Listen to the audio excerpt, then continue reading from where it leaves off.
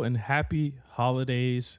Welcome back to the A Show with the Kings Pro Wrestling Podcast. I am Justin, here with Meelz. What's up, Meelz? I'm happy. I'm very, very happy. That's good to hear. I'm glad to hear. Uh, the holidays are happy. Finished most of the stuff for all the social stuff for the A show stuff. And it looks fantastic. If you guys have not seen it, make sure you check out our channels on Instagram, the A Show RNC.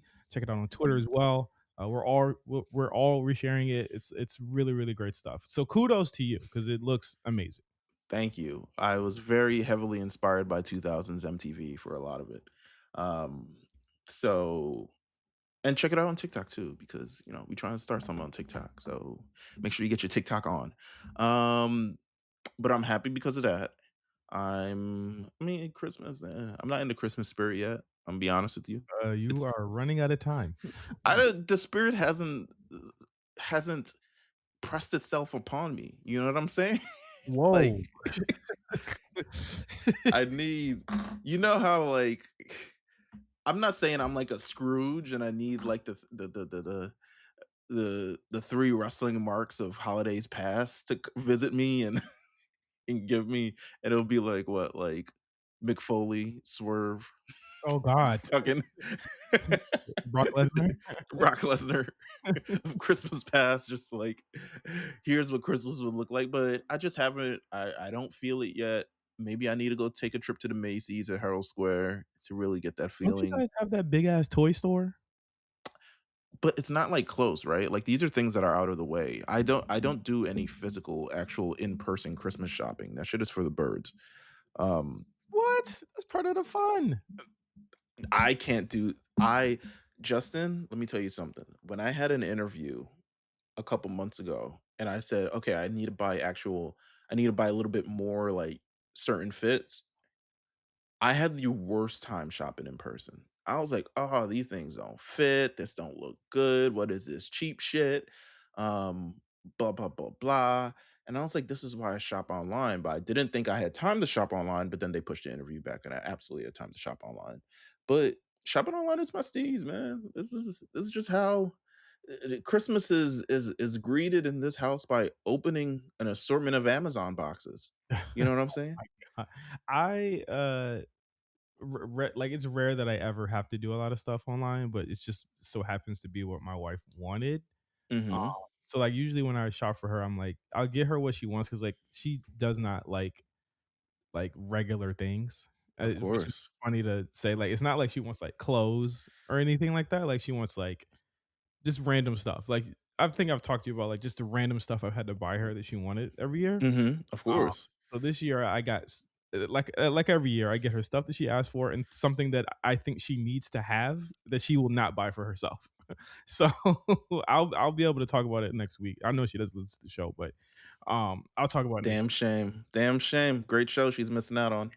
Um, with that said, what else did I yeah, I'm just not in the spirit yet. I did I did go out though last weekend, but not to shop, but to get I went to Universal with Mark and my I wife saw. last weekend, Whoa. and, it was fun, it was great. Did Mark get you, is What? he is you works there, right? Yeah, he works there, yeah. Okay. Did he was like, "All right, we get to the front," it just Oh, there's no well, we didn't have to skip ahead. It was honestly the calmest theme park come trip on, I've ever B&D taken. Mark. This is what I've been waiting for my entire life. We didn't have to though, because literally there were no lines. Like, there I don't know if they knew he was coming, like, that might be what it was, but we walked up and we had a blast and like everyone knows like and I think me and Mark talked about this on Black Parent like we're not roller coaster niggas. You know what I'm saying? We are not roller I coaster saw guys. the picture. Apparently not. And we I don't even the thing is this funny is that picture even Mark will tell you I don't know how they caught me smiling because I was not smiling the whole ride. It's AI, baby. I don't know why. I don't even. When I saw the picture come out, I was like, Mark, when were you smiling? Because all I heard were you saying the same thing I was saying, which was "fuck this." What's going on? And I'm about to die. Like that's literally all we kept saying. But I wanted to get a quarter zip But Mm, the quarter zip is like the new thing right now.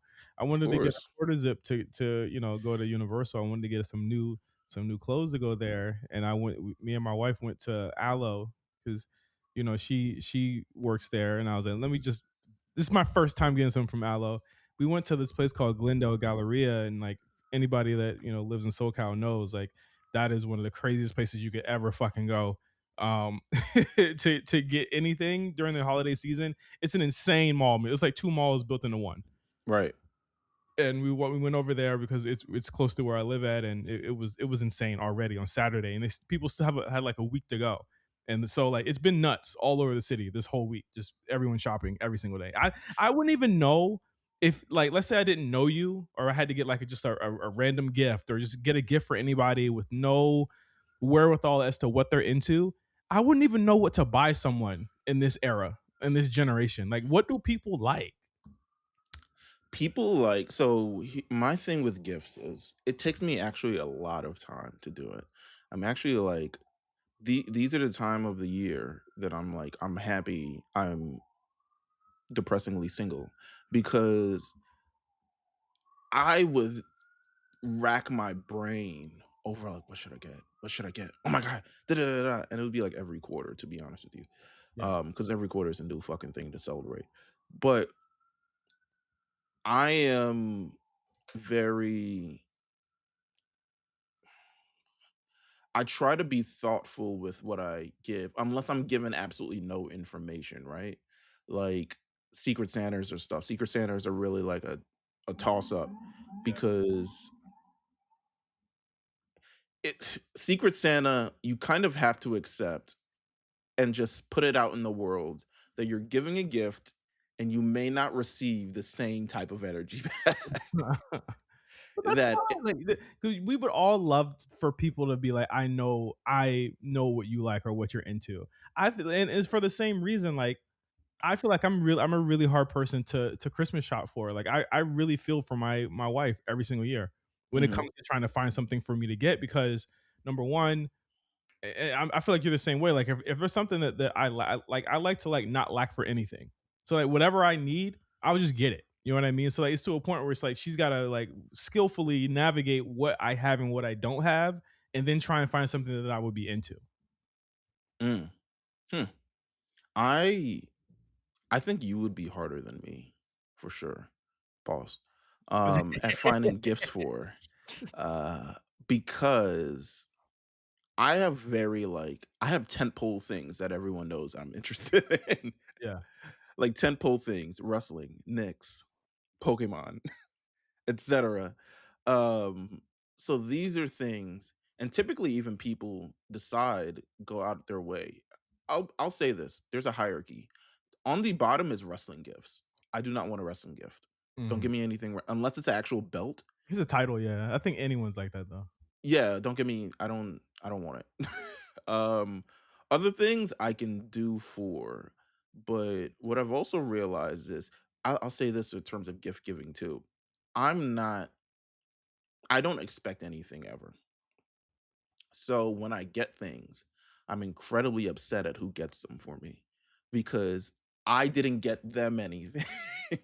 I've had multiple birthdays where all after the fact, like I was supposed to meet up with my friend and then we meet up like in the month of March and he was like, "Oh, I got you a gift." And I was like, "Nigga, I did not ask for this. Like I didn't what?" And it would be like a thoughtful gift, like a Funko or a Mongo or something along those lines. I was like, "Damn." So, but I appreciate those who think of me in that way, or at least think of like, oh, he needs this for one time I got a gift, it was like an additional keyboard for my iPad because it was Yeah. like, I know you write a lot. So this is so if you take your iPad to Starbucks, you can continue writing on thing. And I was like, oh, that's thoughtful. Um One time my homegirl got me the Spotify car thing. What the hell My is that? Oh, there the CarPlay thing that they the just CarPlay. yeah, Yeah, yeah. I don't have a car, but You can I act don't like even you use I don't even use Spotify, but I thought it was very thoughtful because it was a coworker and she knows that I write about music and love music and all this other stuff like that. So that's she thoughtful. yeah, that's what I'm saying. It's thoughtful of like, okay, I can never use this and I never did.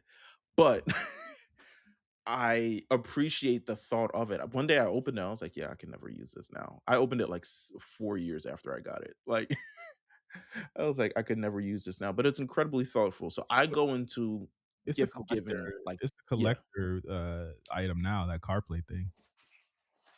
Let me find that bitch right now. Like, Um, remember when Spotify did these things and failed horribly at it? Like, like Apple stuff, like HomePods. yeah.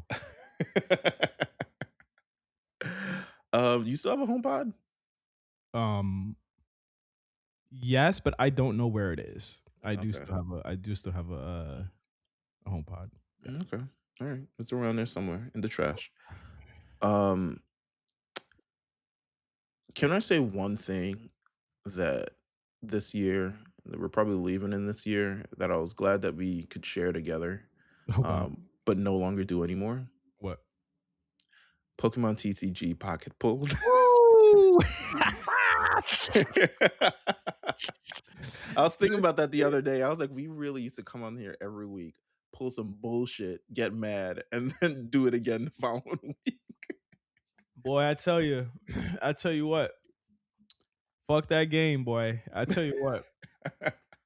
And then they keep dropping expansions for that shit. Yeah, Like, so, yeah. like, I don't know what's wrong with them, but Because they Pokemon is its own ecosystem of things. it made Like, a billion. It made a billion this year. yeah. $1 billion. So they have Pokemon Cafe. There's probably 100,000 or multiple hundreds of thousands of people who play that, or like any other small bullshit games. There's like a meta, and like like Pokemon Masters came out in 2020, 2021. There's a meta of like that game of people who play that game specifically. Like Pokemon knows who the fuck they serving. And unfortunately, this year they served some bullshit with this fucking card game. Yeah. Yeah. It just is what it is. So, I again, anyone who's still playing that, I salute you because that's one of the most expensive games to even try to fuck with. Yeah, nah, it's a no for me. I'm sure by now they're like, okay, let's boost up the shiny rates so people can continue playing. Not doing that. Yeah, it's a no for me, dog.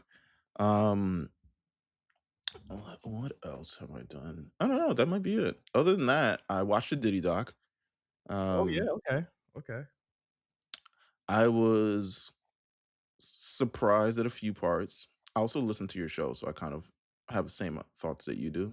Okay. Um, I was surprised, and I know uh, I was surprised how hard they railroaded Don Richard in this. Yeah, they in good and bad ways, right? It was like, yes, she came out with it, but also you have Kalina or Karina, whatever her name is, coming Yeah, out saying like, I ain't never seen no shit like that. Like basically calling her a liar. essentially, like, yo, she wanted to be in a relationship with this man. Don't let it fool you. With everything that she's saying, and I'm just like, damn. Yeah, she's crazy. Like, but then also saying, I needed the money. Like Yeah. And it was like, I want my kids back. I was like, this is horrible karma for you doing any of this, in my opinion. It's just bad universal karma to be a part of this. Um, this is incredibly at parts eye-opening, but also incredibly petty doc. Um, what petty how? I thought that when he was talking about the when 50 he was Cent petty. 50 Cent, like, from what I hear, he had very little to do editorially with what was shown. Like it was already mm, in the making. okay. So like I think he had actually very little to do other than like putting his name on it. He didn't actually like he put it out, but like I hear according to him the footage was basically what it was. If anyone was Mm. petty, it's those people he didn't pay to to have that footage. That footage was crazy. That footage was Can I also tell you a bit of a story regarding the City College thing? Okay. I didn't So know that. I didn't know that story. I had s never heard of that. so that City College thing has come up in actually a few Diddy docs. I worked at City College for 8 Uh-huh. years. So, um, it isn't talked about on campus at all. What I will say is, because I remember a specific time, we were back when I think I was a little bit over in undergrad. It might have been my first year working there, and I was trying to work with my old radio station that I think. We were trying to get a concert there. believe it or not, we were trying to get Wale. Okay. Um, this was if this was before I knew you and before you knew Wale. Not that that would have helped. Um, but we were trying to get Wale there, and we were looking up his prices and all this other stuff like that, and how much people wanted and stuff like that. So we really, really wanted. So we actually put together a proposal for this, and we sat in there with public safety and administration to go over this proposal that we put together to have this concert on campus. We have the space, we have the other things, all this other stuff. They said, absolutely fucking not. We do not do concerts with any big notable stars. We don't want them on campus because we cannot afford the security for it. And it was then that I found out all after the fact about the city college and the Diddy thing, going through the process of it. Because they said they didn't even tell us specifically what happened. They said, go look it up. So we go look it up Go look it up. It's crazy. because everyone was upset because mad people got fired for that concert. Just transparently, mad people on that worked for the school got fired because there was not enough security employed there. This was a off essentially an outside thing that was on campus. I go to that gym every day, by the way. Like that gym is still there. It's the basketball gym. It's still there. Um, but from there on out, we had to make sure campus security would always give us a hard time whenever we wanted to throw something. There was one year we had a talent show, not a talent show, but like a fashion show showcase, some bullshit college shit. You know what I'm saying? Fashion show, talent show, Yeah, all remember types of other shit. college was the fuel for aspiring Right? aspiring fashion niggas. Right. And Get out of so here, we man. having a whole fashion show with like brands that are like from these, these kids who starting up and all this other shit like that. The first year we did it, we didn't know then.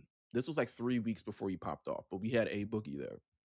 And A Boogie performed. Didn't even realize it because he performed like all the other fucking regular hood booger niggas who perform. Wow, Um, okay, DOP meals. Jesus Christ. but then, so it was the girl who organized the show knew him. They all came up from the Bronx and stuff like that. Uh-huh. So the following year, A Boogie is out of this world, right? In New York. Let me not let me preface that. He's a hood legend. Amazing set list. Anytime I've seen A Boogie live, like the fourth, he got at least 6 strong songs that he's playing that's gonna go up every time, especially in New York. We try to get him back, but we knew that they would cause an upset if we said A Boogie's coming, because then they would be like, "Yo, you need security, and he has gang affiliations and blah blah blah blah." No, Because they I do all hate that. that. I hate that. They It's the wouldn't do that. worst. They wouldn't do that for fucking Red Hot Chili Peppers. You know what I'm saying? They Like wouldn't. So or at least I don't want to say I. It wasn't really me. The kids convinced themselves, let's put him under his actual name, which is artist. Um, so we had him under artist. It was his day of. He's supposed to pull up. They flag it because they're now looking at this shit the day of. They're like, who's gonna be there? And they go through it and they do. And someone actually is doing the research for the first time the day of the show. Completely shut down the show. There's like absolutely not. He's gang affiliated. There's he's a big artist. Y'all did not hire enough security for this thing. I was like, yo, we didn't even promote him on the flyer. He's supposed to just pull up for the love of it, to be honest with you, because that's his homegirl. They did absolutely not want to do it. So, you know, it's the Diddy City College thing ruined ruined a lot for the lives of the families that were involved. Um, which, thing to those families and everything that they going through, prayers up to them. Um, but also just ruined an entire college experience for generations upon generations of students because of that's a what he lot of yeah. that's what he That's does. what he in fact, yes, that is what he does. Ruins generations and lives for a bunch of people. So, Well, speaking of ruining lives and generations, this mm, was quite a year in wrestling. We it saw sure the end. was. We saw the end of a generation. We saw the beginning of a couple. Um, Triple H says a new era is upon us. he says it every year at this point. every But quarter. I think you know, if people talk, you know, heard us talk about the year in WWE already. If you haven't checked that out on our YouTube, on our Instagram, all of that, you know, this I think this was probably one of the easiest year end lists I've ever done. Like literally just within seconds, I kind of already knew, and Mhm. I think that what was the what wasn't the case every year before this was that like there was just so much shit thrown at us every single year, and you know Yeah. what? I'm kind of glad that this year they had some actually acutely terrible shit going on in WWE because it made it easier for me to find the good stuff. Yeah, no, for sure. There's not a there there's definitely a bunch of bad stuff just in general. I mean, beyond, there's the standard AEW stuff that's kinda terrible. It's including WWE stuff. I think I'm like completely numb to AEW stuff. Yeah, because you don't really have a lot on here that the AEW. Yeah, I'm just numb to it. Like whenever they do something bad, I'm just kind of like, ah, okay. You know what I'm saying? Like I don't have the energy Don't have the to bandwidth. yeah, I don't have the bandwidth to just shit on them like anymore. Like I'm just like y'all know what it is. We know what it is. That is what it is. Like I just don't have the energy to do it. There's a lot less on here, but you know, people recall I was watching it weekly at the top of the year. Mhm. And then I stopped. And I don't think I've had like a kind of like a foothold in what they do anymore. But yeah, I don't know. I haven't had much to say about them this year. If there was something notable, you'd know. Yeah, I think I actually bring up something notable in one of my things. I don't know. I might not. But I mean, you know, we talked about their year as well. It's like again, it's a good thing that not a lot of shit happened because it makes it, you know, just patently easier for us to bring up all of the bad stuff or the good stuff. You know what I'm saying? So it was it was an interesting year for both companies. We talked about it before as WWE's profits and as their notoriety rose, you know, so their creative suffered a bit. But there was to me some bright spots at the end of the year, but it was there's so few and far between, and they got a lot of work to do, like a lot of work to do. And I agree. so we're gonna do the best of this week, and then next week we're gonna do the everyone loves the worst of weeks. Hey, man. They finally see us in our element, you know what I'm saying? Just negative, like I don't like that. You guys love it when we're negative. I Eh, don't like that at all. we're truthful, brutally truthful. You Some guys, to, to the detriment of others. you guys are meanie heads. Um, so let's start it off with what do I want to start with. I feel like I want to end on match of the year. How you feel Okay. about that? I Let's mean, end on I'm match of down the year. wherever you wanna go, baby. I'm on the ride, you know what I'm saying? So let's start with male wrestler of the year. Meals, you said CM Punk. I did. Male Wrestler of the Year, CM Punk for me. It was already in my brain for a large part of the year. I think it was largely in my brain after SummerSlam, right? So I go to SummerSlam, I watch this amazing match with Gunther, and he wins the title. And even though he loses the title immediately afterwards, there's something about it that just like CM Punk has been part of a large amount of amazing moments this year when he absolutely didn't have to be. And he could have done the super part-time schedule. I wouldn't even have blamed him for that. He could have done like I'm off this week. I think max he's off like 2 weeks in a row. That's like Yeah. max. This has been the longest that he's been gone. This is a run. Yeah. Yeah. This is legitimately a run. Like it just is what it is. And I think of kicking off the year, great match at the Netflix premiere, all the way through finally main eventing WrestleMania triple threat match and having that moment added to his career, evolving even further and getting to the World Heavyweight Championship match, the first real one that he's had since he's been back against Gunther, and having an amazing match, in my opinion, amazing match. I mean, some people don't hold it in high regard as I do, but I thought it was a Yeah, really, really you're just fantastic. talking about Alvarez and Meltzer. Yeah, I find their take on that match very strange. Because when you have it's like that match to me was like the reverse of the Brock Lesnar CM Punk match from SummerSlam, yeah, where CM Punk was just outmatched in every single way. But whereas Brock at that time, really at his prime, during that run, had no weaknesses. Gunther does have a weakness, and I thought that was the story of the match is that like CM Punk is trying to survive long enough to find that weakness, and I thought that they handled that spectacularly. I think so as well.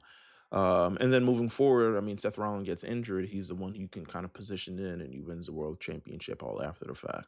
I think he's been pretty much the the steady ship that has kept Monday Night Raw afloat in some ways. I would love in 2026 to see him beef with just different people. I know we're getting the Braun thing. Braun is not what I'm talking about, but I would love him to see tell a new story with someone new and to kind of elevate him, similar to what they did with the MJF thing in AEW. Tell a story with someone new who kind of really needs the moment right now. And that could be an Ethan Page in the future. You know, that can be I mean, I guess a Obafemi if he really wants to. Yeah. That can be, but I'm trying to think of someone actually on the roster. Are there any big heels, like up and coming heels on the roster? Like who we got? I feel like Oba could be one, but I feel like again, I really think they're putting these making these big guys just big heels every single time they debut is just so wrong. Like Yeah, Oba is, to me is what they really should have had Keith Lee be. You know what I mean? Like just like imposing babyface that everybody loves. Like he could be like the new Psycho Sid, like the Black Psycho Sid in my eyes. I agree. Or have him face, I won't say Judgment Day because they kind of tend to do the same fucking thing with Judgment Day all over and over and over and over and over again. But just an opportunity to tell new stories of different people. I know a bunch of the roster he's kind of like seen before, experienced before in various different ways. But I do think that there's an opportunity to be able to tell something. And maybe it's him turning heel, right? Yeah, the only way I was about to say the only way he'll do that is if he turns heel. Maybe it's him turning heel and that's the way that happens. But I would love to see it, but I think he's had an amazing year. So he's my male wrestler of the year. Your runner up. You said your runner up for male wrestler of the year Well, was who's yours? Who's yours? I was gonna just run through ours, but since ours is the same, Okay, yeah. then we'll go from there. But I feel like I have a little. I feel like I'm a little bit more long form about this last about my guy. But your runner up was John Cena. Yeah, my runner-up was John Cena. Um, Makes a good case. Did a lot of great things this year. Had a lot of solid matches. I think he ramped up accordingly as the year progressed. He started off kind of washed. Um, And as the year progressed, it kind of got better and better and better. You could see him really giving everything that he had. He was the main focus of a lot of storylines. He was the attraction and draw for a lot of storylines. And he had a lot of fantastic matches building up to the moment. I don't think he had any. Well, nah, I'm about to lie. He definitely had some poopers. Two truth matches, Cody match, uh, something else. But he's been really solid this year. I was gonna look for someone from AEW, but to be honest with you, I was impressed. I did too. I wasn't comfortable in putting John Moxley. That's my runner up over John Cena, to be real with you. Um, I just wasn't comfortable putting John Moxley or Hangman Adam Page. Like I wasn't comfortable enough doing that. Hangman Adam Page actually had a really good year. Not like a Did he? not a He not a made a no he won the Owen, he got the title shot, he wins the title, he blah, blah, like that I would is what I would constitute as a good year. It's just that he's not him. He's not them. It's not even anywhere near them. So that's all I got to say about that. Yeah, Um, my wrestler of the year, and I mean, I guess I could say this is my fucking legacy pick here is John Cena. I said this before. it's my legacy, my legacy.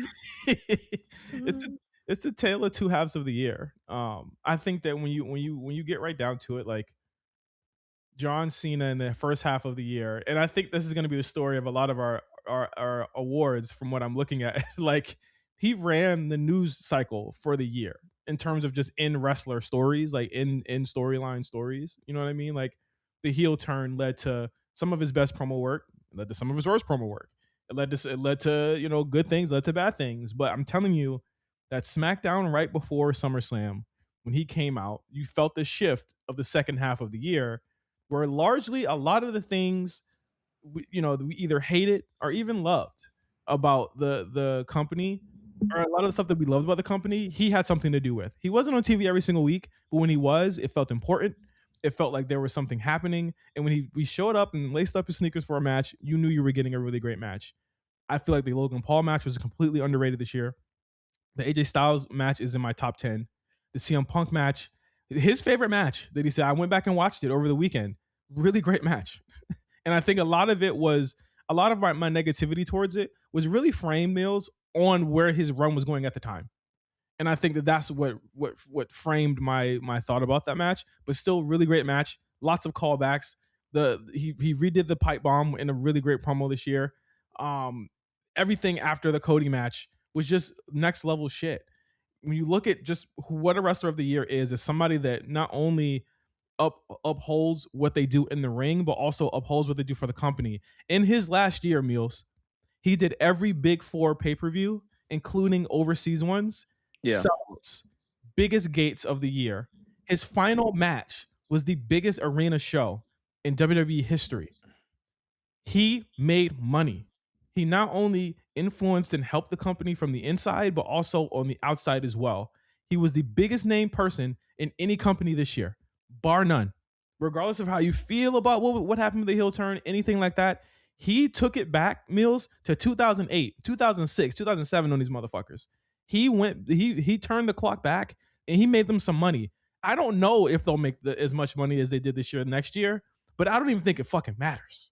Because at this point, this is the reason why John Cena is my wrestler of the year. He influenced the business on his way out and left the door open for other people instead of closing it. And he made sure that there was something to go off on. Next level talent, generational talent. I don't think there's anyone better than him. And that's why he's wrestler of the year. Bada boom, bada boom. That's what you're talking about right there. My runner up was CM Punk because right there next to him on all the big fours was CM Punk showing up, making sure that he had great matches. Seth Rollins, Sami Zayn, Gunther, Braun Breaker, everybody. He's shown up. He even does tag team matches. You know what I mean? Like he took it back again to 2012, 2013, workhorse. For someone that's his age, being able to work like that, and then also main eventing his first WrestleMania, how crazy is that? And right Bruh. next to Cena, who main evented the second night, like again, these two, they set the clock back. They turned the clock back, and we saw some real ruthless aggression, PG era shit in terms of just like the work that they put in, the people that they helped put over, and again how they influence the business. I think a lot of the question with CM Punk in WWE was, is he going to implode like he did in AEW or in WWE before? And I think that we've seen a really different guy. Whether you like that or not, we see someone who's grown. And I think that's another aspect of why I put him in the runner up. I can't put him above Cena right now because it's his last. But like he's just again really reshaped and reframed what people thought of his character and really um added to the old man Punk lineage. And I think that he's just become a great character just in his, and not, I won't say his twilight years, but in his older years where it's like he's found a new peak. And Absolutely. and he realistically could be on this list again next year if he continues that peak. Again, never the most athletic guy, just like Cena. Never the most footwork wasn't the best in ring, you know what I mean? But he's gonna give you something to feel. And I think that's what you get from CM Punk every single week. Two questions. Yeah. John Cena or LeBron James? Oh Who's God, bigger? here we go. Here Who's we go. who's who's bigger? It's probably LeBron James, but then Cena's probably like a close second or third. That's all I care about. Yeah. Because niggas was making it seem like there's this large swat, this large ocean between LeBron James and John Cena. And I'm like, what are you fucking crazy? I wouldn't say that. Like John Cena is the number one Make a Wish Foundation guy. If he wasn't popping worldwide, they wouldn't be calling him. Yeah. Like he remember Movies, all types of other stuff like that. remember they were overseas and he was a heel. He was still making appointments for Make a Wish. Yeah. I was Like like, come on, man, don't do this. Shout out to Cam, but don't do this. And then second one, last 2 years, it has been Cody. What does it say about this year that he Cody worked is not? he worked less. He Yeah. worked way less this year than he's ever worked. There was a whole period this year where he was gone for like 4 months. And he Yeah. didn't wrestle. He didn't wrestle on TV as much. I'm not gonna say that he didn't help frame the company or help change the company or help make money. He for sure was a part of that, but it was Cena's year, and for him to take a step back as the top guy there, it says a lot about who he is. Right. I'm hoping, yes, that he does work more because I think we said this before. Anytime Cody's on TV wrestling is a good thing. It's a good thing for the show. It's a good thing for TV. It's a good thing for the company. But you want to preserve him for as long as you can, and I think if this is the year that you do that, then you can go ahead and do that. Well, what I will say is he's been ramping up at the end of this year, so he'll probably be working a lot more in 2026. I would love to see him work a little bit more. Just like during feuds, I think you kind of know the shtick and the rhetoric. Um, Shout out to the Cody police. You kind of know the shtick and the rhetoric. Especially during this Drew feud, it's a lot of "I'll fucking kill you," Yeah. um, and not enough like matches.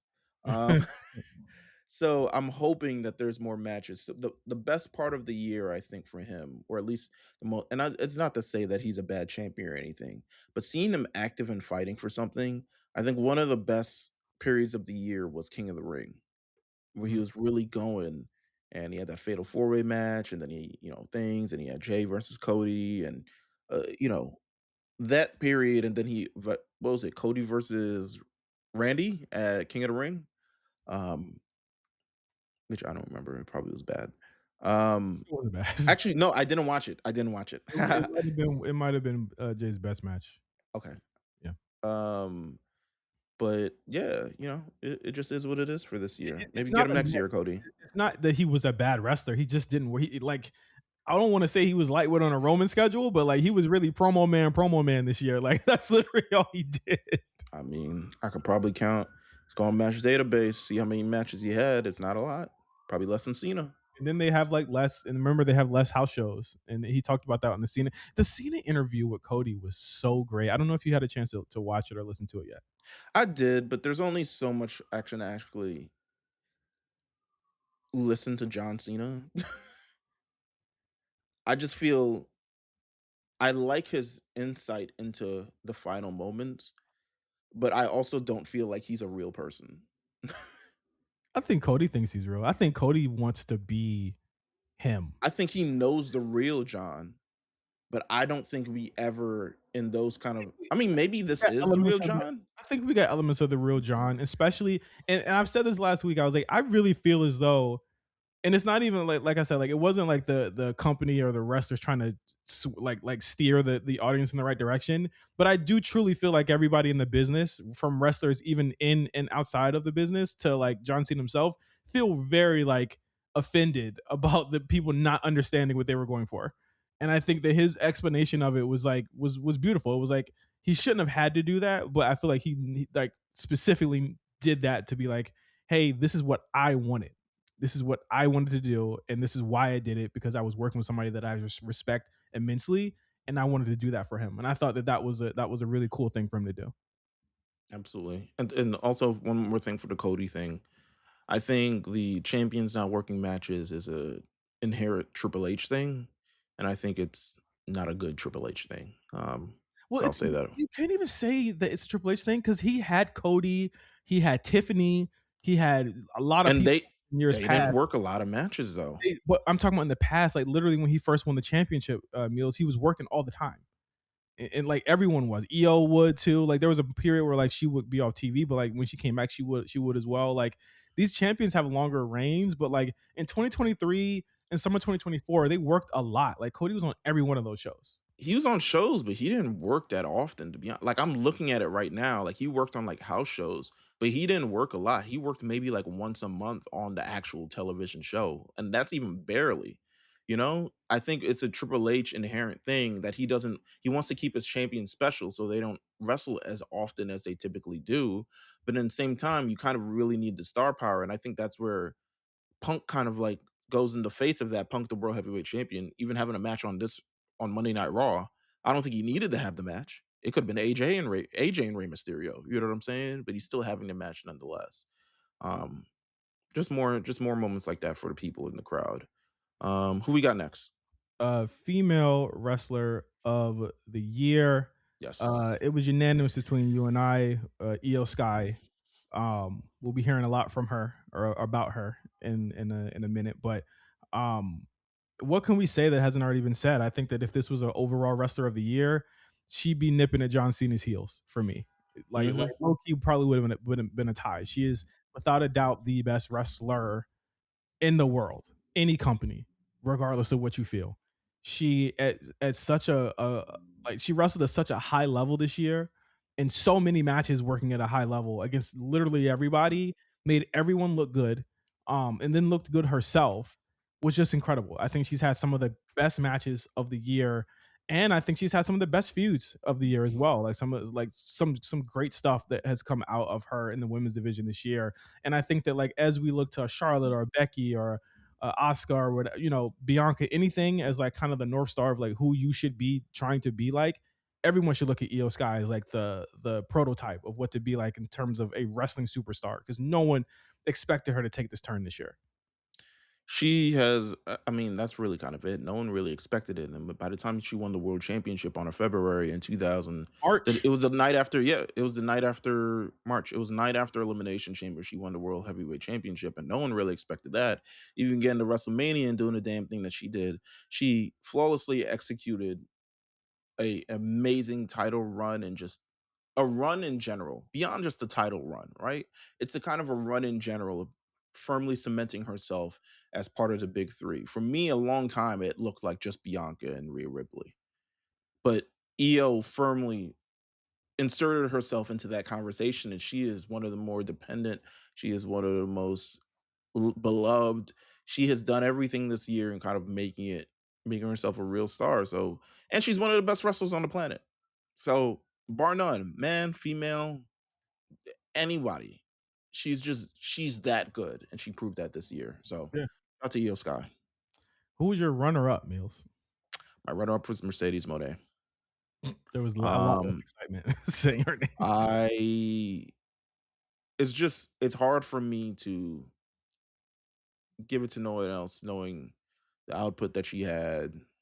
I mean, yes, there's a ton of championships, and now you're kind of wondering like, what does that all really mean? But she's starting to lose them now. Um, but I think in general, she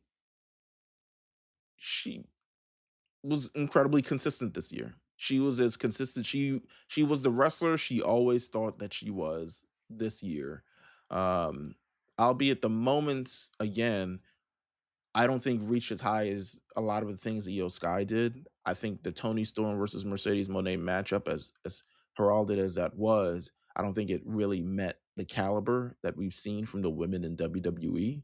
Um, I just to me, her not winning the big one also is kind of an interesting it's an interesting wrinkle to put for a heel, that the heel can't win the big one. Um Well, the heels are faces in AEW, so yeah, well, yeah. They're the cool guys. But yeah, it's just I can't really give it to anybody else this year. I don't think anyone has had the output that Mercedes Monet has. my runner up is Rhea Ripley. Okay. Um, terms of star power, she's involved in. I mean, she's involved. When I look at our awards, she's involved in some of the best matches, in the most matches in our Right. awards this year than anybody else. She's a bona fide fucking star, Stone Cold level, John Cena level, women's star that they have been looking for a really long time. And that's like with Becky. You know what I'm saying? Like Becky, I don't think reached this level before.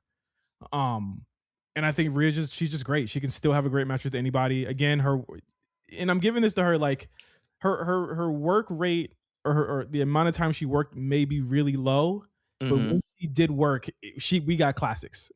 Like we got classics out of it every time she did work. She kicked off the year on the Netflix Raw, beating Liv Morgan, and then from there her regime only continued. And other than like a couple of nagging injuries that she had throughout the year, I think she's pretty much like consistently kept the same energy in terms of her push, her pop, her reactions, and what she brings to the show. Like I say this with no hesitation.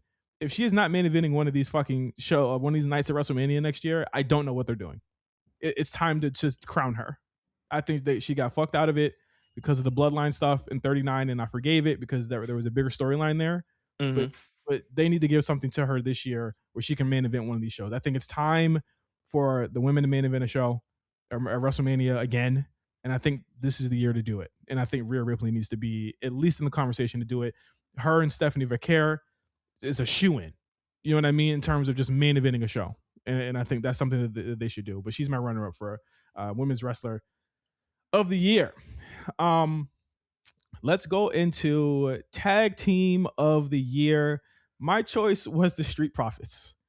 I think that for a team that largely was underappreciated and given like literally nothing, that small little 4 or 5 month window, and let's just be clear and honest here, tag teams and all companies this year were pretty much like non-existent. It was not the greatest year for tag team wrestling, in my opinion. I didn't hear of any like legendary like tag team matches. I didn't really like see a lot of them other than the TLC. But the Profits winning the titles back, having such a great reaction, winning them overseas, by the way, all the way up to when they lost them. I thought that they shouldn't have lost them, but they consistently were the most over and really beloved tag teams, and I really love seeing them together. I'm wondering where the hell they are now, but hopefully we'll see them really soon. I like the Street Profits, um, but I can't say they had a really the tag team in WWE. I mean, it's never been great, but it has been.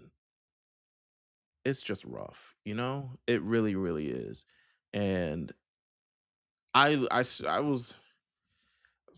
I would try to find in my heart. I was like, hey, maybe I should. I was like, I don't know. Like Street Profits were great, but they weren't as great as they could be. Um, and that I think is kind of sad. I gave it to the Hardys because I saw them a couple of times and they were awesome.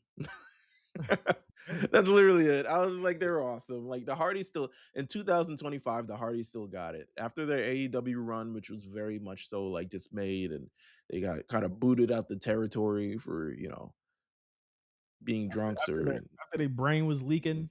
yeah, yeah, yeah. After all that other stuff like that, they've managed to find a way to bounce back and still be somewhat relevant.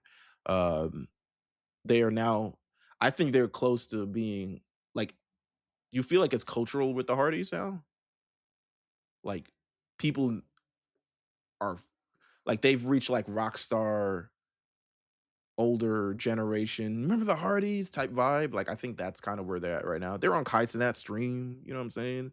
Yeah. Uh, they I think they're bigger than just wrestling at this point, and I think in 2025 they managed to solidify that. How did we end up with the same runner up? And typed out in different ways. Our runner-ups were unanimous. Andrade and Ray Phoenix gone too soon. Gone way too soon. No L. No, I don't think they had an L. I don't think they lost it all. Did they beat every? No, no, no, no. Didn't they lose to the Oh White yeah, or something? They no, lost to the White. wait.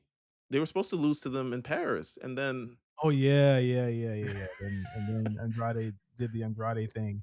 Now, no L's, now bunch of bangers. magically back on New Japan. Magically 90 days after he got let go. So I'm wondering Amen. like what the hell was going on with that. But um, yeah, it just, they're great. They were a great team. I feel really bad that whatever the hell Andrade was going through at that time really is what throttled kind of his whole push. But I'm hoping that in 2026, Ray Phoenix kind of gets what he deserves. And I mean, at this point, Mills, honestly, cut the bullshit. Just have the Lucha Brothers team up again. Like it just seems like Yeah. something that is a no brainer for everybody involved. Like, why are we waiting? But yeah, Andrade Ray Phoenix, I mean, bunch of bangers, like all of them, like a lot of them. So shout out to them. I'm a big fan of them. Um, and yeah, I look fondly on their run. Uh, Feud of the year. We were unanimous in this as well.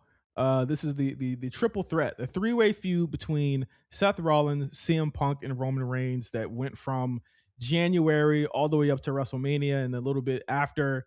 It had twists, it had turns, it had swerves, and it had a huge injury that stopped it before it even got a chance to kind of get off the ground. Isn't that how it always happens at this With point? with Seth, yes, it's that's how it always happens. This is But again, this is really kind of just two generations of talent just feuding with each other.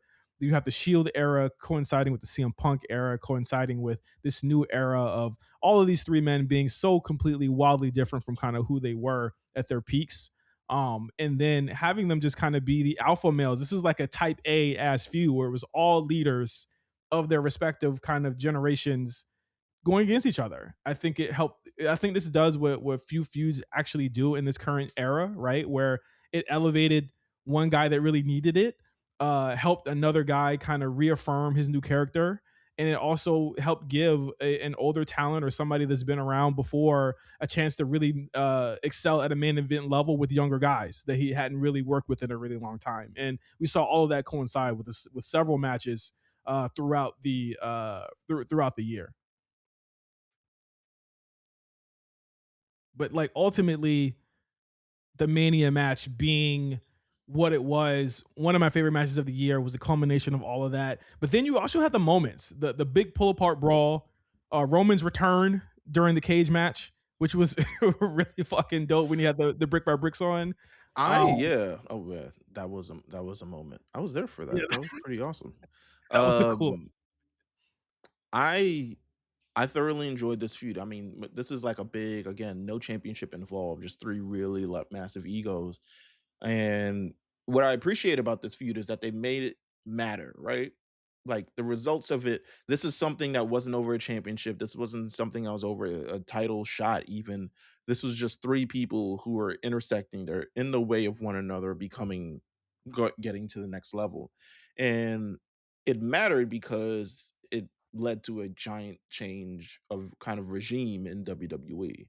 Roman Mhm, Reigns, his era of being on top and being that guy kind of really, really took a sunsetted this year. And CM Punk, even to an extent, for to open the door for Seth Rollins. yes, And I thought it was an amazing result to the match. I thought it was an amazing result to the feud that I actually did I see it coming? I mean, I felt like it after a while, but it was it was one of the more interesting stories of the year. So I'll say that. absolutely. Absolutely. Your runner-up meals was Kevin Owens versus Cody Rhodes, and that was a feud that was like from what October 2024 all the way up to Mm, Rumble. yeah. Yeah, Even extended a little bit after. I would say that the hatred extended a little bit after because then Sammy felt it. I really wanted to give it to Kevin Owens versus Sammy, but I know they ain't do that much. Um, well, he got hurt, so they couldn't. yeah, essentially. But I thought this was an incredible feud to start this year. What they did at Saturday night's main event with the Wing Eagle Championship and then kind of holding it, leading to a ladder match, something that very rarely happens for the WWE Championship. Kevin Owens legitimately broke his neck doing everything that he did in this feud. It kind of opened up a new world. I mean, it's watching, you on top now, and then suddenly your friends become the enemies and things like that. And I was hoping it would lead to eventually Cody versus Randy. Apparently, that was not the case. I forgot what Randy even did. He faced Joe He faced Hendry. Henry, yeah, Hendry, yeah. Yikes. Um, but overall, a great feud. Who's your runner up? My runner-up was Trick Williams versus TNA. And Hell yeah. we've said this a lot. The Trick saved, TNA wrestling, and I mean, is that even deniable at this point? Like Trick Williams was a massive net positive for TNA wrestling this year, and I think that like when you look at these invasion storylines, you hope to enact feeling, and I think the amount of people that were mad when he retained the title at what was it, Slammiversary, people were so mad. And I was like, that is the point. That is the point. Is that he got you to continue to watch this to see him get beat, and Hmm. I think Trick turned a page this year, being able to carry two brands and be on two different shows. Like, not many people, even on the main roster meals, do that. You know what I mean? Right. And he had to do that on his own, and it was just a really phenomenal feud. It helped make guys as well. Hendry, Mike Santana, pretty much everyone that Trick faced because he came in with the aura of the WWE. And I thought that was great as well. And again, like I said, feuds very rarely elevate people within them, but these two feuds that I picked this year did, and that's why they made this list for me. That's awesome. Listen, great Um, list. do we usually do guilty pleasure for best or worst? I can't remember. Well, we doing it now. Let's just rock it out. Guilty pleasure for this year, and I need you to go long form grande americano because I got a package at the door. So go Okay. ahead. Well, in Grande Americano's history started on no. But El Grande Americano is probably my guilty pleasure of the year. See, I can't do this alone. Um, because I don't know, it was something that turned into one thing, right? If people felt like it represented one thing in terms of just the MAGA in America. I think the Gulf of America moment really kind of set people off, which I can understand. But what it has evolved into once, what's my man's name? German dude. Um, Once he took the fold in this, oh my god, what is his name? I can pull it up right now. Hold on. Uh, El Grande Americano. Who's El Grande Americano again? It's Ludwig, man. Ludwig Kaiser. There you go. Once it evolved into Ludwig Kaiser, um, truly became next level. And to see what it is, I'm watching the AAA show legitimately as we speak. Like this podcast is actually getting in the middle of me finishing the show. Um, it has been a sight and it's been amazing and seeing him transform into a real legit bona fide face. And to be honest with you, this is what happens when you accept culture, when you don't do anything that's culturally insensitive. It started off as it could be culturally insensitive until people realized that Mexicans actually loved it. Um, but he's That was the really funniest part of this year was people realizing that they couldn't actually like complain about it anymore because they loved it in Mexico. yeah, and we learned that Mexicans just they like different things, man. They said, "Listen, don't take our Roberto Del Rio." You know what I'm Oh saying? God, yeah. What about that? And they're like, "Boo, Vikingo! You taking away Alberto Del Rio?" And now he's the biggest heel in Mexico. So What murder? what murder? He didn't do any, But El Grande Americano is my guilty pleasure of the year. What is yours, sir? Solo Sokoa, which I mean Only goes solo, apparently. I see only that. You know that. solo. Yes. Only solo. Yes, please note that immediately. Only solo is my guilty pleasure. I think what we've seen this year, or what at least I've seen this year, is that like Solo would be so great if he could just be like a comedy mid card face. Without the pressures of trying to handle his own team, he actually would work on his own. I think that they have him horribly miscast, yo. Like I think that he's horribly miscast in what he's doing right now. He's not the leader of a bloodline. He is the guy that like will joke and make fun of people on the way. Yeah. He's not But a like, mob boss. He's not the yes, leader of anything. Like, he's let's stop. more personality wise, he's more Rock than he is Yeah. Roman. You know what I mean? Just in terms of like being able to get things over. Like he can really do it. And I think that people do want to cheer him in some way. Like I think that in 2026, just in general, by and large, there needs to be huge flips in who's heels and who's faces right now. Because I think that the large part of the heels shouldn't be heels anymore. And they've been heels for years. Drew Mhm. McIntyre has been a heel for a very long time. Sol Sikoa has been a heel since he's got to the company. It is old and it's beyond stale. If you can change Jacob Fatu into a babyface in like 8 months, I don't see why you couldn't do that for Solo Sikoa. I said this already. I said this before. Solo, Jay, and Jimmy as a squad would be one of the most entertaining factions. It would be New Day levels in my eyes with how funny these motherfuckers are. I don't know I why they don't agree. do it. I don't know why they don't do it. And I think that Solo shows to me that he has the range to not only be comedic, but also be a really good force in the ring. That the match with Gunther was great. I didn't hate his matches with Jacob earlier in the year, which is actually crazy. Jacob is not on this list at all. He was Mm, all over TV. He's not on any of our awards this mm, year. Well, I don't yeah, know what that says. yeah. But I like Solo Sikoa. My runner-up, to the dismay of many, is the Don Callis family. I'm When I sorry. when I saw this, I was like, "You will push an agenda, boy." I tell you what. I'm not pushing an agenda that you should love them. I just think that it's funny. It's become so massive and ridiculous that it's actually funny now. Like the same there's like 10 mid-carders of just dudes, right? Just dudes being dudes in the mid-card. And Don Callis is at the helm of it. I used to not like him. I'm kind of warming up Oh my god, come to the on. entire shtick now. So I don't hate them when they show up on TV. This is how they indoctrinate you.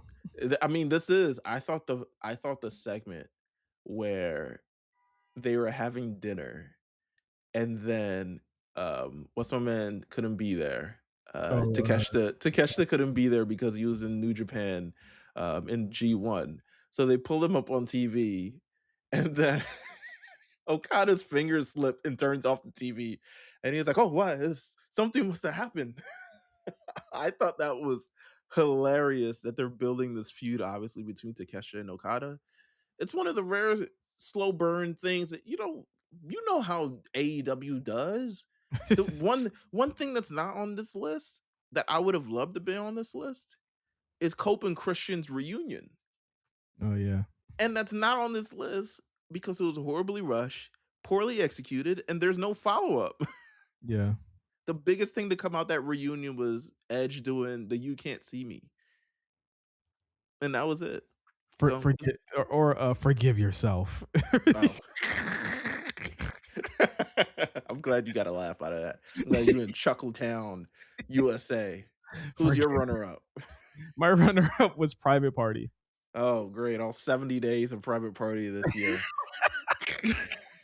It was the lasting image of them getting the The shit beat the out of them. boo-boo face walking out to the ring. The lasting memory of them getting the shit beat out of them by the Hurt Syndicate, and then subsequently losing their titles and then disappearing and fucking off into the nether realm for the rest of their tenure in AEW. Where I said these guys aren't that bad. No, They're they're not that, not.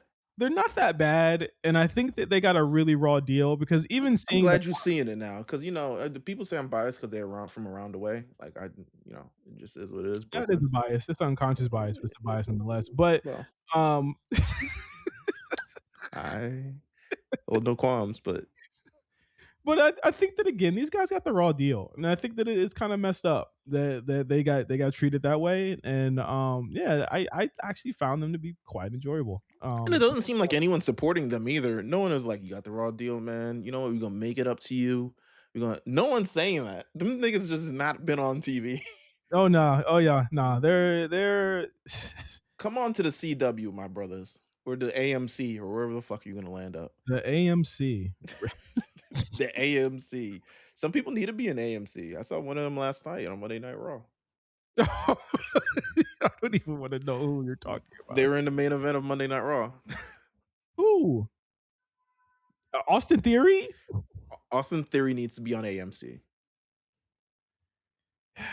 Listen, man. Austin Theory needs to be on AMC. He does not need to be in the mix with people who are. Oh, you know what? That's for another day. It's for another day. Okay. All right. Well, let's go into pay-per-view slash special of the year. Of course, this For award goes to any company. All companies are open here. For mine, I went with SummerSlam Night 2. Off the strength of just like how strong as your winner or runner up. is my winner. Oh wait. No, You sure didn't. Evolution was our unanimous. Sorry, I was There looking. you go. WWE Evolution 2025 was unanimously chosen by myself and Meelz as the best pay-per-view of the year. I'd They watch it again if I knew where to watch it. Wait, it's not up? I don't know where it's at. Listen, the pay-per-views are coming off Peacock at the end of the year, right? Yeah. Are they on ESPN? Oh yeah, you're right. I have no idea. I can watch this in the next about 7 or 6 days or so. But other than that, I don't know where the hell he's gonna end up. If the YouTube page, listen, if the YouTube page starts uploading shows, They're already kind of doing it. listen, watch along, man. Watch along. Watch with us. Yeah, You know what I'm saying? legal watch-alongs are going to be a plug very very There you soon. go. Absolutely. But Um, they brought Evolution back. It was rumored, and then it happened. And I think in terms of just the card, they lined up some of the best matches that you could with some of the best talent that they had on the roster. And it goes to mhm. show you that like largely a lot of their best talent are surprise the women. Yeah. And they showed up and they showed the fuck out. The best main event of the year. Some of the best matches that some of the women have had, like Jade and Naomi. All of that stuff worked, just inherently worked on the show. You have Stephanie Vaquero on there as well. everybody just played their parts, and it turned into like one of the best shows of the year, and probably one of the best shows of this current era of Triple H. It is a show that is both impressive and meaningful. Um, Showcase so many different things. They got that sponsor. Shout out to Revlon, or was it Revlon? Maybelline. Maybelline. There you go. Maybelline. Um, but no, this was a fantastic show. I think when WWE, again, when things are kind of like meaningful and with purpose behind them, it comes off a little bit better. I think this shits on a major. I think every pay-per-view, this sh- I like the Elimination Chamber. This shit's on most of them, to be honest with you. That's why it's pay-per-view of the year. My runner-up, however, AEW All In. I'm gonna give it to them. Wasn't a bad show. Pity pick. Eight SummerSlam, 8 hour show, but good show nonetheless. SummerSlam Night 2 is my runner up. Really on the strength of Cody and Cena main event, which is one of my favorite matches of the year. I think the TLC, the TLC two was on that show, right? Yeah, it was, and that's also another one of my runner-ups there. But again, it just goes to show just how strong this company can be when they're at the height of their powers. And that was to me where we thought that the shift was going to come in terms Hmm. of the creative getting a lot better, and obviously that did not happen throughout the year. But it was a company that was showing promise at that time, and I just wish that they had capitalized on a lot of this stuff. But I agree. best NXT takeover of the Ooh, year. don't be gotta update this list. Haven't done takeovers in years, my nigga. Um, Oh my god. Stand and Deliver. Stand and deliver. Yeah. I had the best NXT match in my eyes of the year. Yeah, Javon Trick versus Javon and Trick and Oba. Triple threat match. This was the year of triple threat matches, main event and show. yeah, because three is better than two sometimes. You know what I'm saying? And that main event was particularly significant. I thought it was great from the bot. Even the pre-show match. The pre-show match was the last time we seen actually a lot of these motherfuckers. Yeah. Pre-show match featured Cora Jade, Roxanne versus Mara Sade and Lash Legend versus Shotzi and Shotzi's group, Gigi with Dolan and yeah, Gigi Dolan and thing, and then I think there was one more. It was probably Fatal Influence, but yeah, this was a good. Let me see what else was on the fucking card.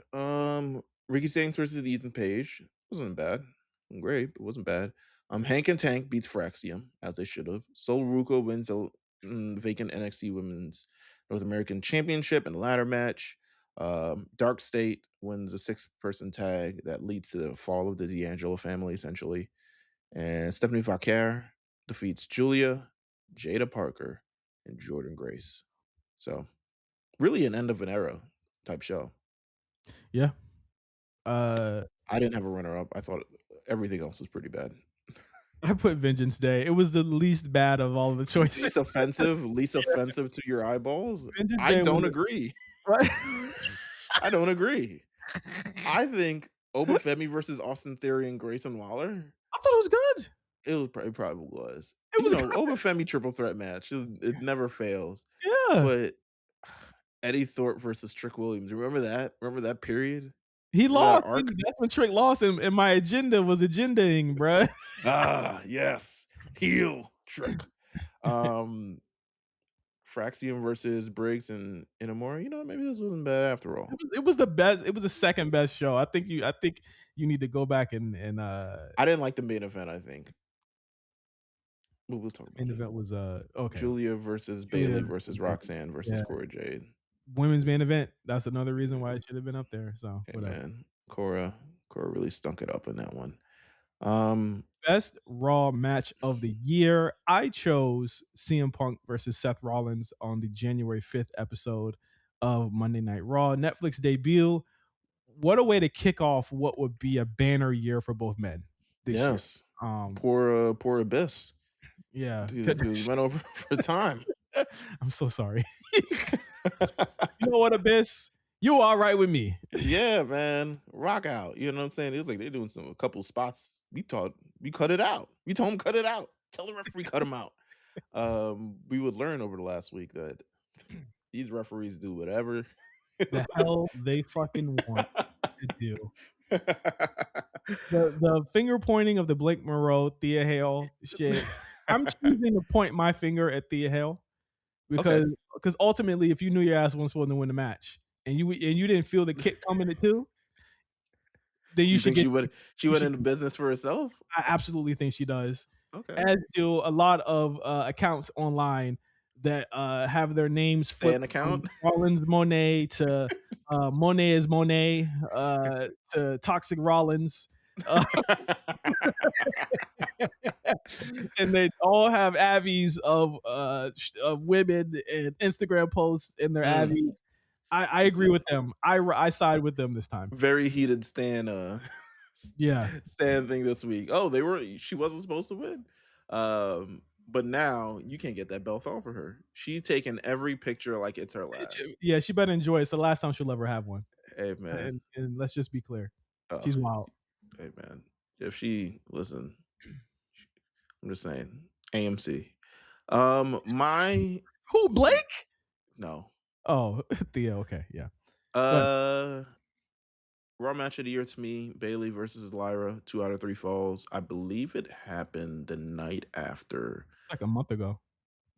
I think it was the night after Evolution, to be honest with you. Um, because it was a really strong period of yes, it was. Crucial 2 out of 3 falls match in July 2025. Um, to get another championship match against Becky. So 2 out of 3. I mean, this was incredible. Yeah, Um, it's good. it was Also, a an occasion where this was while they were trying to kind of build Lyra up. One of mhm. those moments where like it was very low energy in the beginning, and that she and Lyra won them over at the end, and it was really really good. Hoopers, hoopers, hoopers, hoopers. My runner-up was Jey Uso versus Cody Rhodes. Again, Cody Rhodes in a match with stakes. Doesn't have to be a world championship match, but definitely means something. Jey Uso kind of having to face. This had a lot of great energy behind it. I also remember this was specifically a night I won a really large parlay. Um, I will never forget it. Of watching this incredible match while being happy that I won hundreds of dollars. So, uh, great night. Great night for me. My runner up was March 3rd, Io Sky versus Rhea Ripley. Show I off their elimination chamber. I went back and forth on whether this should be match of the year. Um, Really? I really went back and forth on it. Again, the shock. I mean, you were in the chat, like the shock that everyone had that even happened. It was a bigger shocker that year than John Cena turning heel, or up It there. w With it was a it shock, it was definitely a shock, for sure. and it was a moment that like WWE does not do very often. To be truthful, it's like a moment where like it almost felt like it was not planned that she was gonna win, right? Like it was like, wait, what? And then it happened. Like you just can't make this up. It was a fantastic match. It set up their feud with Bianca being out there.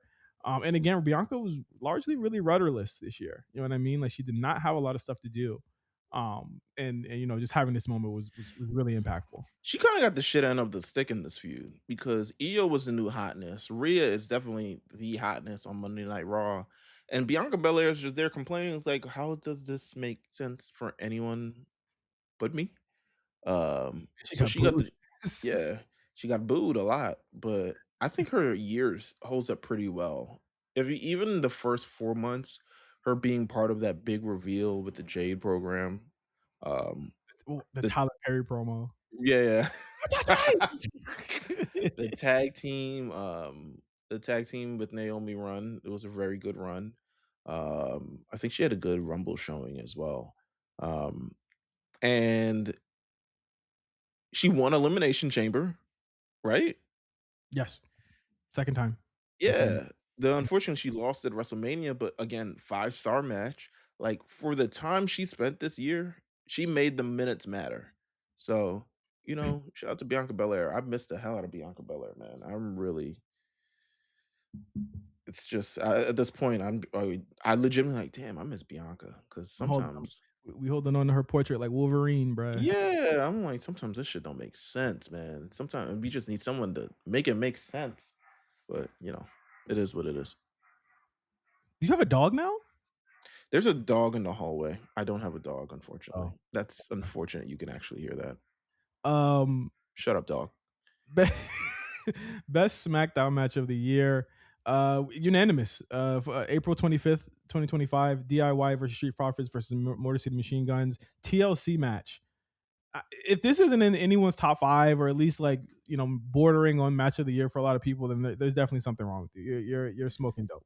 Yeah, it was the we couldn't get you on WrestleMania, but, commercial free on Friday night.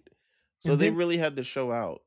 ended up shitting on every tag team match that was actually on the card. So like that just goes Yeah. to show you. Most of the matches that are on the card, to be honest with you, like it Yeah. was, and they could have did this at WrestleMania. We ended up getting the Blockhead sponsored uh New Day versus War Raiders match. But this just felt like a slap in the face for the tag team division, which was rolling with momentum as the year went on. So it just is what it is. My runner up is also a tag team match. From It SmackDown. is They had the best tag teams of the year. Andrade and Phoenix versus Fraxium. They came out of nowhere, and I was just like, oh, is this my favorite tag team right now? Andrade, just an idiot, but a wrestling savant is what I'll say. How about that? You What's you what's don't know your he don't go know ahead. what to do with his talent. I think that's really what's wrong with him. Well, Mine was Nia Jax versus Naomi from the January 3rd edition of SmackDown. I think this actually led to the Tiff cash in that episode. I believe it did. yes, it did. Um, Great match, great ending to the show, great ending to the match, great after post match thing. Naomi and Nia Jax just have a wrestling soulmate kind of thing going on, and sight unseen, they just work together. You know what I'm saying? And I think that this was a match that proved it. I think the women sneaky had a really really strong year on SmackDown. They got a lot of matches to themselves this year. I think Um, this is the best year for women's wrestling ever. Low yeah, key. yeah, Like 100%, 100%. that is my take for the year. Like they had a lot of great matches, were put in a lot of great positions, and had a lot of great things happen to them. So shout out to that. Um, Best NXT match of the year. I'll go first. I'll Shout out to the Tuesday Discords. We sit through all this every week, listen. except this week. I am not. Yeah, exactly. I'm not watching this week either. I told y'all I'm not watching NXT until after New Year's Evil. Can I? I'll tell you something. And I guess this is something that people first kind of like experienced in real time last night with the tape Monday Night Raw. When NXT is taped, I've been human through that shit every time it's taped, and SmackDown too. I won't sit and wait and watch it on with everyone on the timeline and shit. No, I'm hitting click, and it's just this week. It's gonna be the same thing, unless something else I'm has not happened on watching Tuesday. for other. I'm not watching for other reasons. Clearly, but Okay, this is just it's just a bad bad. product. It's a Yeah. bad show right now. But I got to give it to them right at the fucking buzzer. Obafemi versus Javon Evans on the 9th of this month. Uh, Ooh. was their best TV match of the year in my eyes. I think that Obafemi and Javon Evans are by and large the two greatest talent that they have right now. And they got a chance to just kind of do what they do, which is Yeah. just have a great match. Which in Um, context now it makes sense, right? I think that in context, I don't know if anyone's read the spoilers. It's Don't. not spoilers. It's Monday Night Raw. No, I mean like I mean in terms of NXT spoilers. I mean in terms Um. of NXT spoilers, where Javon goes in terms of that. Like I think that it's a little bit more clear, like what the hell's going on with Javon, or what they're trying to do when you look at the spoilers from next week's episode of NXT. So sit tight for that.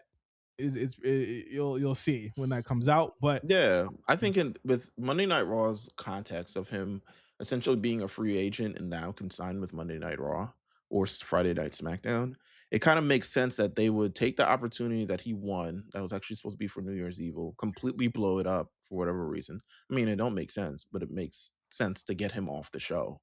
and award it to someone else. Clearly, there was not any long-term plans of him. I think clearly there were long-term plans for him to make it to Stand and Deliver, and then those plans change in the last 3 weeks. Those plans changed drastically to a point where like now I'm like he's going to probably be on main roster television before he ever gets the NXT title, and he will probably be on the Mania card at this point. Yeah. Yeah. Like I think that's accurate. that's where we're at right now, and I think that everyone that was on the Saturday Night's main event show are going to be in the main roster. I don't know. Soruka, the verdict is out for in my eyes because I really don't know how they would get her there right now. Just in terms of like where she's at story wise, like she's just like all over. Like she's in like four different Mm, feuds, but if they want her up there, they're gonna get what's her. her face yeah, what's her face is going to beat her up. They will have a match in the next 2 weeks. Um, Shorty's gonna win, She'll send her out and there. then send her out the territory, and Yeah, that's gonna be that because it's happened before with NXT. yeah. It seems Um, as though like the light switch flipped, and they said, oh, "We got them niggas down there." But here's my yeah, thing about it: don't just look at them two niggas. And there's another yeah. person on these awards too that they need to be looking at. And I'll just go ahead and spoil it. Your winner for the best NXT match of the year was Julia versus Jordan Grace, where Julia damn near killed herself on the Man, match. a banger. Listen, she went out but like a G, but capital Jordan G. Jordan need to be on the way up too. I'm sorry. Jordan, yeah, no, Jordan needs to be on the way up as well. I think um, it's long overdue. She clearly makes more money than everybody else there. I could just tell by the way that she dresses. She's clearly making more money. She's not winning any title matches. She's not winning anything of any note. She's not even winning, to be real with you. Get her out of there. Mhm. It's not necessary. She's been in 2 Royal Rumbles at this point. Probably gonna enter a 3rd. If she's not up by this, I don't know what else to say. Yeah, she's gonna Um, be stop playing with us. Open up that faucet, nigga. yeah. We need more call ups. It can't just be one. Like Meals, if it is just Soruka, I'm going to commit a crime at WWE headquarters. Don't admit that on camera. But we got, Runner up, my runner-up was the Tony the D. Tony D versus Stacks versus Luca Crisafino. The end of the family arc. End of the family arc. Who knows where this ends up at this point, but it was a great match. I thoroughly enjoyed it. Yeah, and guess who was back on the show? Fucking Tony D. I didn't ask for this. Wow. Okay. Tony fucking D. Tony fucking D. My runner up was Stephanie Vaquer versus Julia at NXT Roadblock in New York. I had to actually check to see if this was actually an NXT TV match, but then I remembered Roadblock was the name of the TV special that year, so or this year, so it did work. Stephanie's like ascension. It's I, not reflected on the awards, but like she definitely had a big year too. I just want to say that right now. Like Stephanie's ascension isn't reflected extremely well on this, but she had an extremely huge year. yes, I agree. Um, Hottest news story of the year. This was unanimous for us, and we're gonna see this particular thing come up multiple times on awards. Stay tuned for next week. Um, John Cena turns heel I feel was like we've talked about this yeah, so we many talked times. about it at length. It was, and again, like John Cena says, it was a moment. It was a viral moment. It will go down as one of the moments that defines not only his run, but also the last year of his career on terms of success. Again, the verdict is out. We've talked about this already. Like it's a tale of 2 years, tale of two halves. But ultimately, whether you like it or not, John Cena heel turn is one of the biggest moments, viral wise, news wise. It was just it checked every box. It's the hottest news story that we were talking about it for months. You know what I mean? Whether it was working or not, and I think that somebody said this too. Like, is this bigger than Hulk Hogan NWO? I think it is. Yeah. I, I think it is. Just in terms of how news spreads, how viral it was, how newsworthy it was. How could you even deny that this is bigger than Hulk Hogan joining the NWO? It just is. Just the Hmm. and what it could have been, man. What it could have been. You know, it'll be one of the biggest what ifs in wrestling history of what could have been from this last heel turn. But regardless of that, it was the moment of the year. What was and then our runner up? You had a tie here. I had R-Truth getting fired from WWE because it was on my timeline for at least like 5 days until he came back. It was a massive ordeal that happened. They said our truth let out a tweet, "Hey man, I'm about to be let go, but pray for me." And everyone was like, How could you do this? "No, You he's mother, not." you motherfucker. Yeah, and they were like, "No, don't fire him, fire me. Why is what's her face? How is she still have a job? It got really Nikita Lyons. Why is Nikita still here? And our truth is it?" And then they rehired him like a week and a half later and said, "You know what? We made a mistake. We didn't know how much people loved." And then he tried to be Ron Killens, and then he nice. realized that no one cared about Ron Killens. Yeah, he's a joker again. And then the But it's second one, tied with it's tied with Hulk Hogan is dead. yeah, I He's think dead, that y'all. John Cena heel turn, bigger moment than Hulk Hogan dying, and that's Have you that on found that. out like you found out how he died, right? Wasn't it like some heart shit? I think so.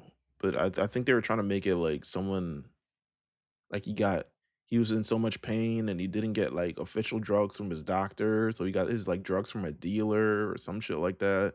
So Damn. they was going after the dealer or some Wait, like that wasn't that Matthew, the nigga from Friends? let me see. He might have gone Hulk out the Hogan same ain't way. Hulk Hogan ain't had no damn niggas. No, no. Let's see. Let's see. Drugs. Let me see. Drugs, Hulk, death. Hulk Hogan just died like because he old as fuck. That you talking about No, the nigga from Friends? he was having surgery and the reason he died was it might have been some shit Ric Flair said actually. There you Ric go. Flair said Ric Flair claimed all right, so here's it. Ric Flair claimed that WWE Hall of Famer died from street drugs after doctors refused to prescribe pain medication. Hogan's widow, Sky, has vehemently denied Flair's allegations, stating that they were false and Flair did not speak to Hogan the day before his death. The official cause for Hogan's death in July was acute myocardial infraction, Yeah, it was commonly known as a heart attack. yeah, heart disease. Yeah. I mean, He Ric had it. Flair. Ric Flair is a street drug. You know what I'm saying? So like ultimately, what the hell does he know? You know what I'm Yeah, saying? Ric Flair is a street drug is a pretty accurate way to say this. Uh-huh. Most memorable moment. It's the same thing. Unanimous. John Cena turns heel. There's not much we can say there. John Cena retired. John Cena turns heel. It was really a John Cena type of year. The John Cena year. I Yeah, I'm not trying to hear about no fucking Hangman Page does it all. You know what people Fuck will that. say, and I feel like it's the most disingenuous shit ever, is that like it can't be Cena because they didn't do the heel turn right. Motherfucker, you're dumb as hell. It's not even about that. The biggest wrestler ever Yeah. retired this year. You can save the Hangman Page. We're so fucking back. He couldn't even pop a million. He couldn't Nigga, even they had the rematch 2 weeks later in front of 800 people. he couldn't even pop fucking 20,000 people showing up to consistently their big shows. Yeah, I don't want to fucking hear it. I don't Like, think they even got a ratings bump or anything from yes, I don't want to fucking hear it. It's not it. I don't want so to you kind fucking of like ruined the Death Riders ending thing, and then you kind of ruined the company as well. they ruined everything. They ruined fucking everything. So it's John Cena, John Cena's year. I think when it comes down to it, that's where it is. So match of the year, unanimous Oh between yeah, myself and Meelz. Io Sky versus Rhea Ripley at WWE Evolution 2025. Um, classic. classic match, just for all intents and purposes, goes beyond the pale of just like what we consider just a great match. I put this up there with the Austins and Bretts. I put this up there with Thank you. I also put that up there with this. I was yeah, about to say that as well. it's up there with them. And again, let go of it if y'all are still on that shit. They did their fucking thing in this match, bro. It's up there with those matches. It's up there with some of the greatest singles matches uh, of all time within this company. And again, you got to look at the star power. These two were at the peak of where they were at in terms of just visibility that year. And the story being they Rhea can't defeat Io, and Rhea doing everything she can to defeat this impossible demon that she's put herself against, and ultimately, just showing all of that in that story was fantastic. And she still couldn't beat her because then Naomi beat them both. So Yes. But again, my great girl ending, Naomi. great ending, but sensical ending because it Yes. made sense. It's like you keep that carrot on the stick until you can't anymore. And then you now have it where Stephanie Vaquer has beaten Io Sky, but Rhea Ripley hasn't. Is that something that they go back to in 2026? I think it could be in my hashtag Rhea Ripley main event agenda Mm. of Rhea Ripley versus Stephanie Vaquer main eventing the show. Um, Runner up here. I think this was. Oh, it was definitely not unanimous. It wasn't. It could have been, but for the sake of parody, um, I opted not to choose what you chose, but it very much is better. It's as good. How about that? It's as good as what It's you chose. ass good. As Okay. good. All right. I think both matches are 5-star matches. Yeah. You picked the SmackDown The TLC TLC match. match, yeah, the Yeah. TLC match with SmackDown after Mania. I thought that was an incredible match. They really showed out. We already talked about it on the I cho- show. I chose Io Sky versus Bianca Belair versus Rhea Ripley WrestleMania 41. There was no argument that WrestleMania this year was not great, just in general. But there Yes. was literally no argument of what the two best matches were Right. were the triple threat matches. Uh, and that being this match and the night one main event of CM Punk, Roman Reigns, and Seth Rollins. This match beyond I rewatched it because they replayed it WrestleMania 41 over Thanksgiving break, I think. And Mhm. I rewatched it whether it was on rerun there, and I was like, it still holds up. I mean, the crowd in Vegas didn't react to a lot of things. This was something they reacted to. I think everyone brought it, and I think again at the level that like Rhea Ripley and Io Sky were, like I just wish we could have seen Bianca, elevating at that level this year. You know what I mean? It's just such a tragedy that we weren't able to see that or we weren't able to get that this year. But just in terms of just the work rate of all of this is definitely one of the best triple threats of all time. And it goes into why Rhea Ripley and Io Sky were ranked so highly on our list this year. Um, Absolutely. they just worked so freaking hard. And just to think this match came before Evolution. So they did it again. It's just amazing. So they had a great year, and I wanted to kind of show my appreciation for that through this as well. So yeah, that was that was our best categories. This is really great. I liked it. I look forward to us then moving to the worst and exposing our truths. So for next week, I'm looking forward to that as well. But this was great. This was Yeah, great. this is fantastic. Thank you guys for joining us once again on the A Show. This again, every year is a labor of love for us doing this year and stuff.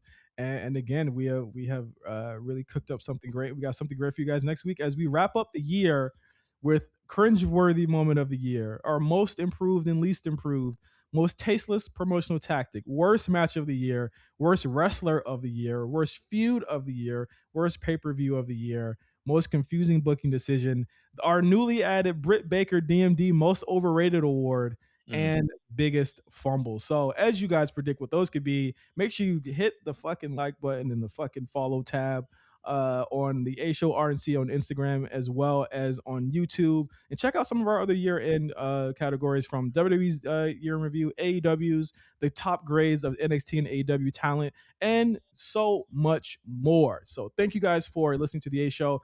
Please be safe this Christmas. Please have a great and wonderful Christmas. And we'll see you guys next week on The A Show. Peace, y'all.